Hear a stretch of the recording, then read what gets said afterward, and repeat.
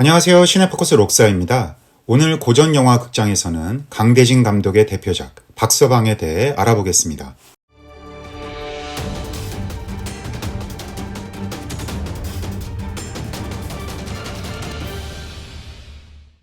신상옥 감독의 조감독을 맡으며 영화계에 입문한 강대진은 박서방, 마부 등을 통해 1960년대에 유행했던 가족 멜로드라마 장르를 개척했던 감독입니다. 1960년 한국 영화는 양적으로나 질적으로나 가장 풍족한 시대였는데요. 장르적으로도 액션, 코미디, 사극뿐 아니라 다양한 장르들이 새롭게 생성되고 진화되는 르네상스를 맞이하게 됩니다. 그 중에서도 가족 멜로드라마는 당시 관객들에게 가장 사랑받았던 장르 중 하나라고 할 수 있습니다. 1950년대 할리우드 가족 멜로드라마의 영향을 받아 탄생한 1960년대 한국 가족 멜로드라마 장르는 여러 가지 면에서 할리우드의 스타일과는 차별화됩니다.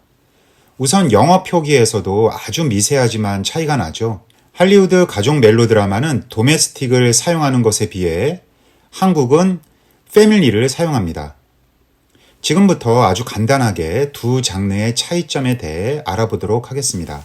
먼저 헐리우드 가족 멜로드라마는 1950년대 들어 급격하게 진행된 미국 중산층의 변화의 과정을 반영하고 있습니다. 사회적으로 남성 중심의 가부장적 질서가 재편되면서 가정에서의 남편의 권위는 쇠락하고 반대로 억압되거나 왜곡된 형태로 재현되던 여성의 정체성이 새롭게 그려지게 됩니다. 근데 미국 사회가 봉합해버린 많은 사회적 모순들을 다시 되돌아보게 하는 촉매제로 사용하게 된 거죠. 그러다 보니 자연스럽게 가정에서의 여성 이야기가 전체 영화의 중심 제재로 다뤄지게 되는 일종의 우먼스 필름, 여성 영화적인 경향을 띠게 됩니다. 더글라스 서크 감독의 하늘이 허락한 모든 것과 바람에 쓴 편지 같은 영화가 대표적이라고 할 수 있는데요. 과부가 된 여성 주인공과 젊은 정원사와의 관계를 다룬다거나 쇠락해가는 가장의 권위를 성적, 사회적 일탈의 문제와 결합시키고 있습니다. 이에 반해 1960년대 한국 가족 멜로드라마는 도시 주변부의 노동자 계층, 즉 서민 가족의 이야기를 주로 다루고 있습니다.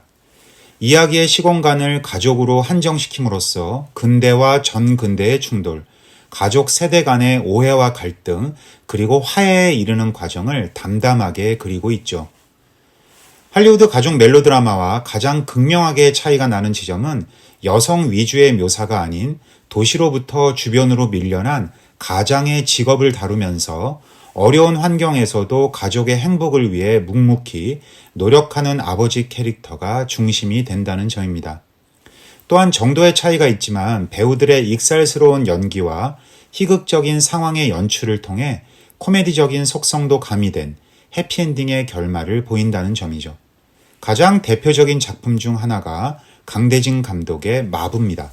마부는 유연목 감독의 오발탄처럼 해방촌을 주 공간으로 삼으며 한국 전쟁 이후 서민들의 힘겨운 삶을 다루고 있다는 점에서 유사한 특징을 가지고 있지만 리얼리즘의 시선이 아닌 전혀 다른 장르적 방식으로 1960년대 한국 사회를 재현하고 있습니다. 1960년대 서울의 대부분의 빈민층은 안정적인 수입 없이 가족 모두 실업 상태를 벗어나지 못하는 악순환을 겪어야 했는데요. 영화에서도 가족 구성원의 캐릭터를 통해 이러한 현실이 잘 반영되어 있습니다. 가업을 이어 마부가 된 아버지 춘삼은 아내를 여의고 자식 넷의 생계를 홀로 책임집니다.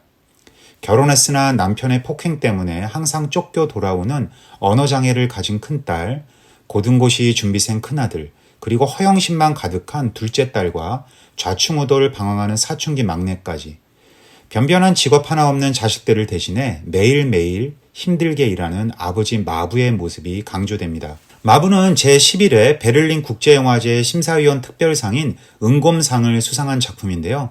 이는 메이저 국제영화제에서 한국 영화로는 최초로 본상을 수상함으로써 한국 영화를 세계에 널리 알린 중요한 사건이었습니다. 지금에야 칸느, 베니스 등 주요 국제영화제에서 그랑프리도 심심치 않게 받는 한국 영화지만 당시만 하더라도 해외에 한국 영화의 존재를 알린다는 것 자체가 거의 불가능했던 시대였지요. 그런 점에서 마부는 한국 영화의 수준을 처음으로 확인시켜준 최고의 고전이자 동시에 한국 감독들의 국제영화제 진출에 길을 열어준 작품이라고 할 수 있습니다. 그러나 마부 이후로 한국 영화가 다시 세계 영화계의 주목을 받기까지는 무려 26년이 걸리게 됩니다. 실제로 1987년 임권택 감독의 시바지가 베니스 영화제 여우 주연상을 수상하기까지 26년간 단 한 편도 해외 메이저 영화제에서 수상을 하지 못했습니다.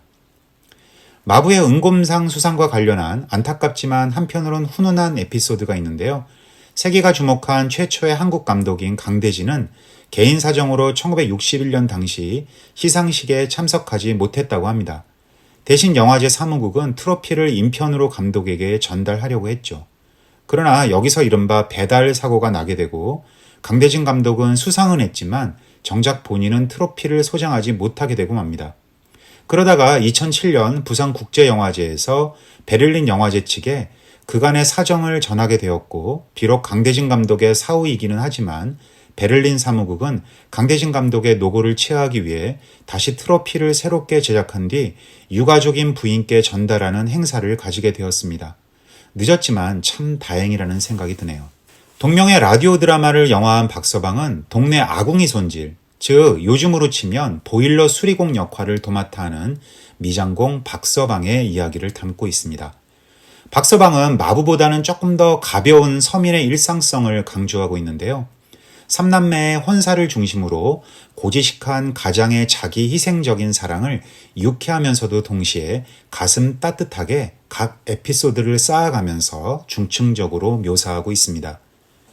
박서방에게 늘 자랑거리인 반듯한 맏아들 용범의 결혼은 쌍수들며 환영하지만 혼기가 꽉 찬 둘째와 셋째, 두 딸의 연애는 결사적으로 방해하고 단속하기에 여념이 없습니다.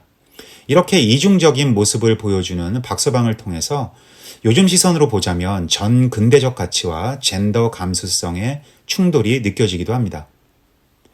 박서방의 관람 포인트는 뭐니 해도 아버지 역할을 연기한 김승호의 연기를 보는 것인데요. 마치 김승호의 쇼케이스를 보는 것처럼 희극과 비극 모두를 아우르는 독보적인 연기력을 보여줍니다.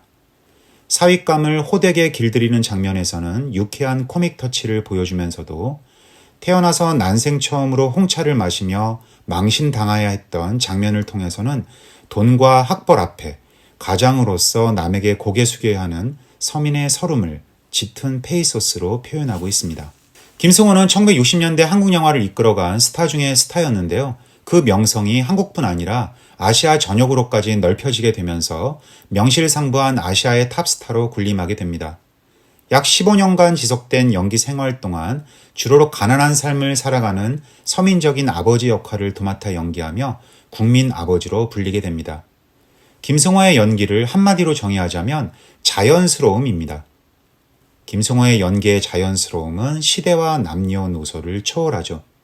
1960년대 영화를 관람했던 관객의 뇌리 속에서도 김승호의 연기는 자연스러웠으며 2020년대 처음으로 그의 영화를 본 10대, 20대 관객들의 눈에도 다른 배우들의 연기는 뭔가 어색한데 이상하게 김승호의 연기는 자연스러움이 느껴진다고 말하곤 합니다. 정말 어마어마한 능력이라고 할 수 있죠. 약간 과장해서 얘기하자면 동서고금을 막론하고 이런 자연스러움을 가진 배우는 아마 몇 안 된다는 생각이 듭니다.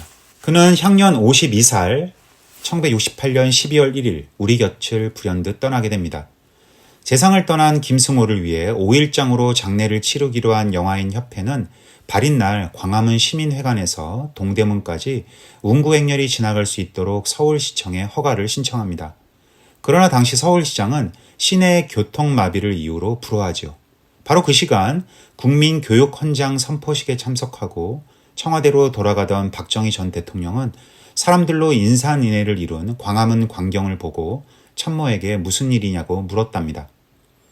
경호실장은 김승호의 도보 장례 행렬인데 서울시장이 불허했다는 소식을 전합니다.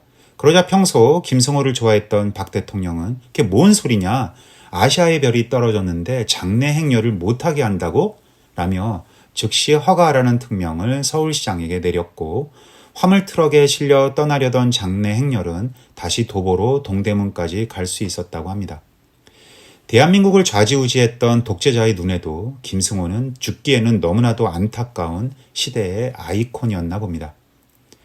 당시 영화인 협회 소속 모든 남자 배우들은 검은 예복을, 여자 배우들은 하얀 소복을 입고 대배우의 마지막 길을 함께 했다고 전해지는데요.